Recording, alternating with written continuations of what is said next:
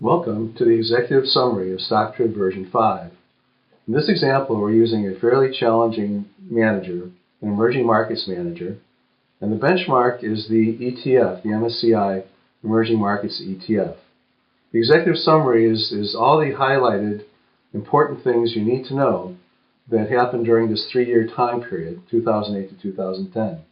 Let's start in the upper left and look at the components of return. As you can see, the total market was flat for these 3 years, and also the benchmark was flat. And then the effects that added and subtracted value, allocation subtracted value about 10%, and selection added value about 16%. And finally, we have activity sort of flat. And activity is the difference between the actual return and the buy and hold return. So at the end of the day, the overall portfolio exceeded the benchmark by 6.6%. Now let's move to the upper right corner and look at what helped and what hurt. And the thing that helped most was stock selection in other regions.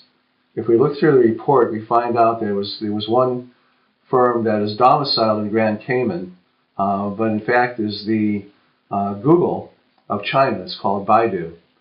If we look across to the detractors, we see that consumer discretionary stock picking subtracted about the same amount as the biggest contributor.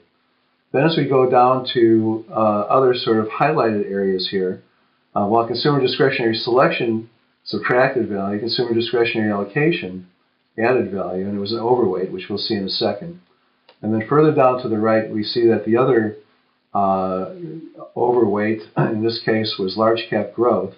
And if we go over to the left-hand bottom, we see that the large cap growth orientation was in fact an overweight. The allocation effect could have been either or. And we look here in the light green area to see that the wedge, or the piece of the pie that is style, has been overweighted.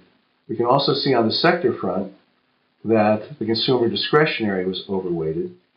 So we learned a lot on this page in a very short period of time about those things that matter. The rest of the report will highlight that. But on every page as we go through this, there's always an action step. And the action step in this situation would be to consider customizing the benchmark. As we can see, we may want to customize it to have a little bit more large growth. That would be one thing. Or perhaps we want to customize it to have a little more consumer discretionary. The important thing is that is under your control.